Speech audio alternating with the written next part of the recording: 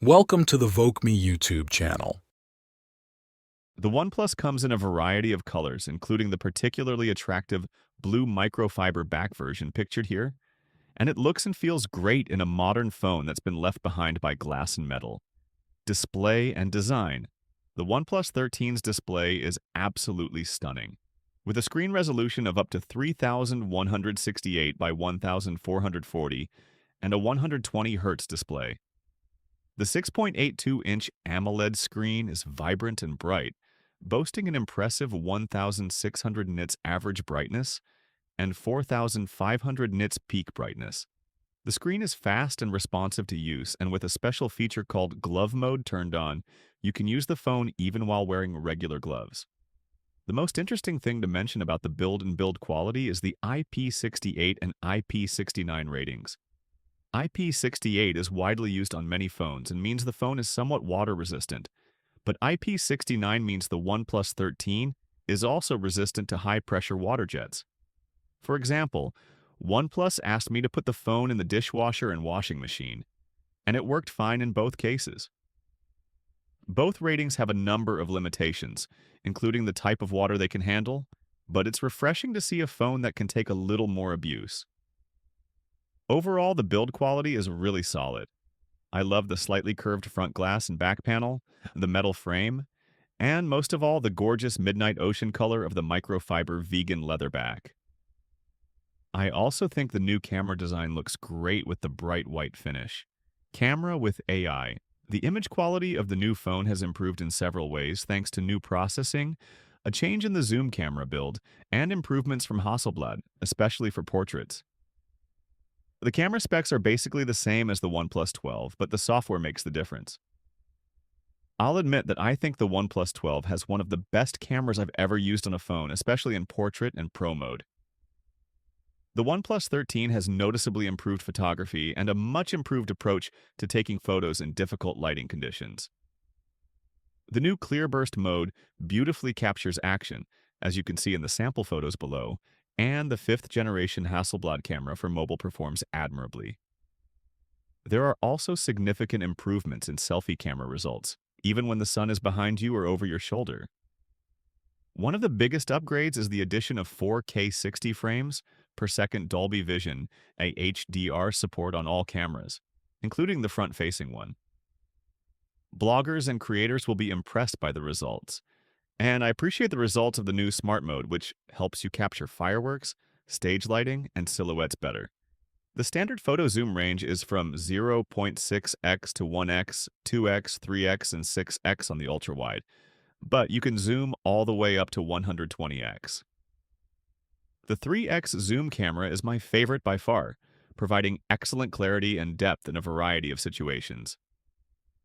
For digital zoom, you can get decent results from 6x to up to 20x in good lighting conditions, but the results are sometimes a bit wonky.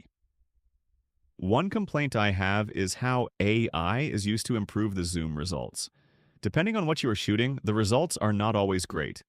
With digital zoom beyond 20x, some objects have weird outlines and textures, and it doesn't really improve the image. I'm not sure if this is better or worse than a pixelated photo, but there's no way to turn it off. Some unique AI features you can use after taking a photo include AI Detail Boost, Deblur, and Reflection Eraser to make your photo sharper. Detail Boost is not bad, but the results are limited. So far, Reflection Eraser has not been very effective, as it generally only removes small amounts of reflection. All of this being said, I still think the camera and results are very impressive. The photos often look and feel like real camera images rather than oversaturated and unrealistic phone photos. I also used the camera at night and got great results. Performance and multitasking. The OnePlus 13 is very fast thanks to the Qualcomm Snapdragon 8 Elite, and if you opt for the more powerful phone, you get 16 gigabytes of RAM. However, both models can be very fast thanks to OnePlus's expanded RAM. I upgraded the OnePlus from 16 gigabytes of base RAM to 28 gigabytes of RAM, and everything flies. Not everyone has the same needs as I do, but I edit videos on my phone, which is the best way to test the CPU and overall phone stability. On other phones, apps crash, fail to load certain video files because they're too big, or the app freezes, but OnePlus is so powerful that I had no trouble editing. I even tested the system by editing a long video that was over 10 minutes long, and it worked flawlessly. For most users, the performance of the phone is most noticeable when gaming or multitasking. I often have multiple apps open at the same time, and switching between them is fast and efficient. Gamers will also appreciate that the phone has dual cryo-velocity vapor chambers, which help keep the phone cool during long sessions. OnePlus also released a new fast charger, the OnePlus AR-VOOC 50-watt magnetic charger, to help reduce the heat. Finally, Oxygen OS 15 is sleek and stands out from the competition. There are some familiar Android features like the circle for search, but there are some interesting new features like the new translation option on the OnePlus Buds Pro 3. Oxygen OS 15 is my favorite new UI for its simplicity, customization options, and speed improvements. Battery life. None of the competition can beat OnePlus's battery life or charging speed. It hasn't, and it's one of the biggest reasons I love my phone. I usually only have to charge it once every 1 to 2 days, depending on how much I use it. The OnePlus 13 has a first-of-its-kind 6,000 mAh silicon nanostack battery and supports cable charging up to 100 watts, thanks to the included Super VOOC power plug and cable.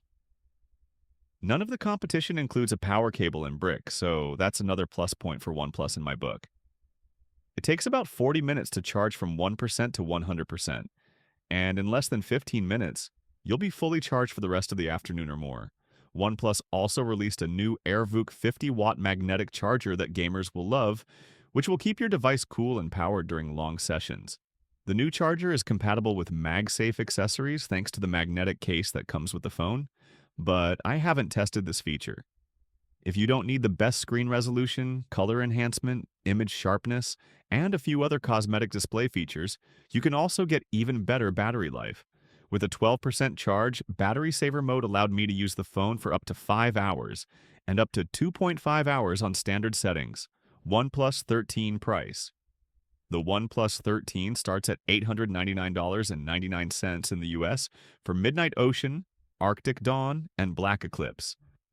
That includes 12 gigabytes of RAM and 256 gigabytes of storage, or $1,399.99 for 16 gigabytes of RAM and 512 gigabytes of storage. The price compares directly to the latest Google Pixel phones, and it's significantly cheaper than the top 2 flagship Samsung phones. These are important factors in deciding whether to upgrade, and they make flagship phones incredibly appealing. Conclusion. The OnePlus 13 is the most expensive non-folding smartphone the company has ever made, but most of that money has been spent wisely on a top-of-the-line phone that rivals the best in the business in many, if not all, ways. It sets a new speed bar as one of the first phones of 2025 to feature Qualcomm's new top-of-the-line Snapdragon 8 Elite chip, which is expected to power most high-end Androids this year. The camera is an improvement over its predecessor, and OnePlus has come as close as it can to the best in the business from Google, Samsung, and Apple. The screen is great, the battery life is 2 days, and the phone looks particularly special in the blue microfiber version. The Oxygen OS Android software is fast, which makes the phone feel very fast indeed, but there are a few rough edges. There are some nice AI tools from Google, but many of OnePlus's own AI features are poorly integrated and subpar. OnePlus also lags behind Google and Samsung when it comes to software updates, which is unfortunate.